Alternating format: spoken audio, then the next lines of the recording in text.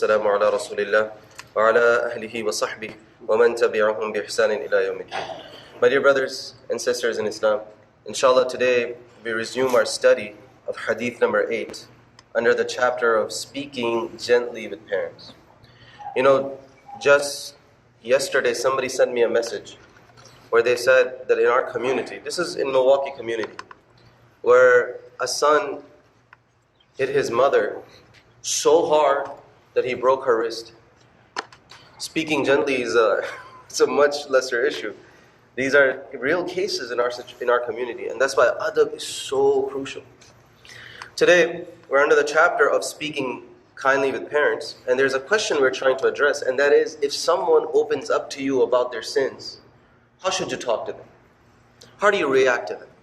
And so far what we have seen in this hadith, that a man by the name of Taysala, he mustered the courage to come to Abdullah ibn Umar and he started opening up. And he started sharing with him his shady past and how he had gone off the deep end. And Abdullah ibn Umar, after listening to the whole story, what was the first thing he said? That these are not major sins. So Abdullah ibn Umar gave him hope. After listening to multiple crimes that this person must have committed, he says, what you've done is messed up, but these are not major sins. So he gave him hope. And then he told this person, do you know what the major sins are? And then he started listing for this person one by one what the major sins are. And that's why, my dear brothers and sisters, I'm taking a little bit of my sweet time with this hadith, because I feel like Muslims should know what the top major deal breakers, red lines in our religion are. Like, we're living in a day and age where what used to be gray lines have become green lines, and what used to be red lines have become gray lines. Yeah, like nothing's off limit anymore. About the only rule left in our day and age is like, I do me, you do you. Live and let live. Don't tell me what to do, bro.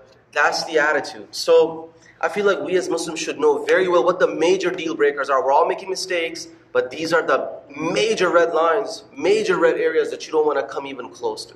First on the list was shirku billah, which is what we covered last week or last time, in which we translated al-ishraku billah is having rivals with Allah, betraying Allah, betraying the loyalty and the covenant of Allah, and giving to other than Allah what exclusively belongs to Allah.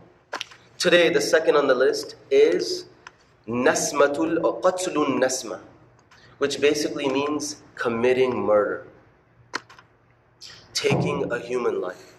That is the second major sin on this list. Now, we all understand this. Every religion agrees on this. And if I were to stop right here, I think that would be enough. I'm sure there are no serial killers in the audience. But I wanted to do a little bit of justice to just how valuable a human life is in the eyes of Allah. Allah says, وَلَقَدْ كَرَّمْنَا بَنِي آدَمَ. We have honored the son of Adam. We have sanctified, dignified the son of Adam. Which is why, by the way, the issue of abortion, the issue of organ donations, the issue of euthanasia is so sensitive in our deen.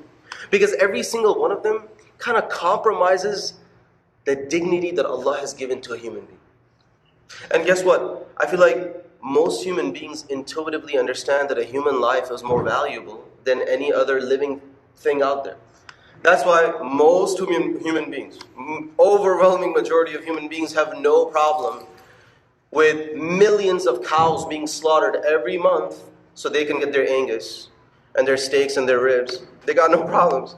They're like, well, human life has to be sustained, so something's got to give. So we're all intrinsically convinced of our own superiority, that a human life is more superior than any other living being. And that's why the vegans hate us.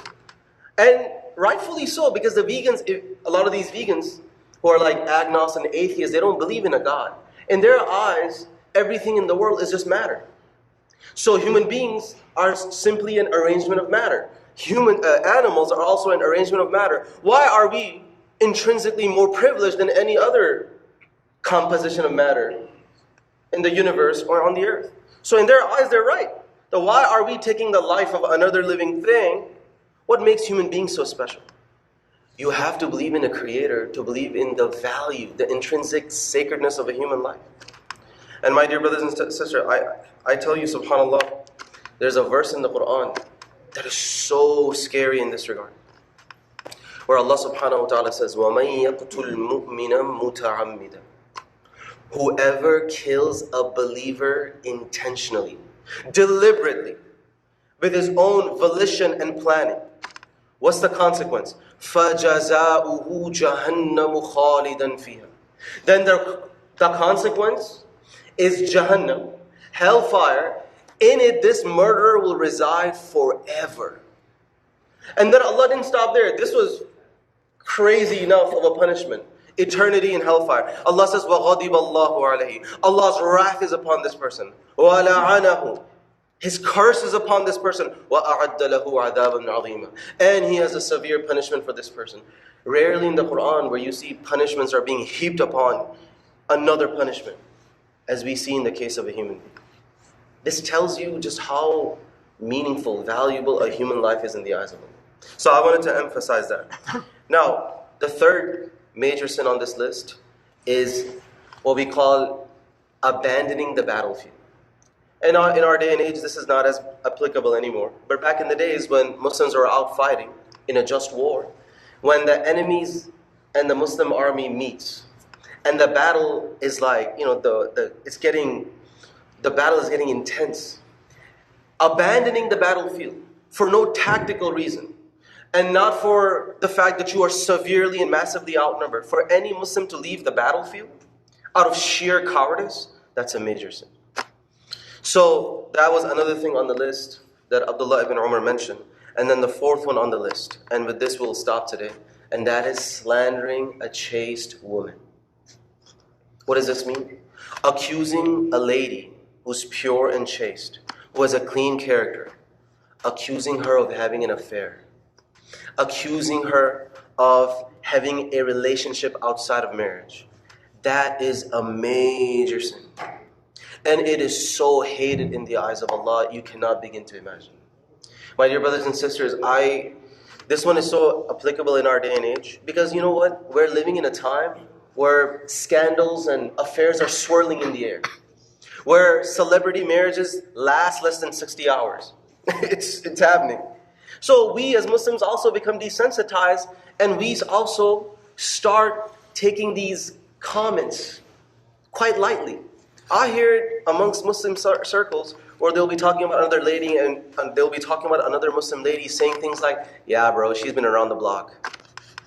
She's acting all pure and clean now.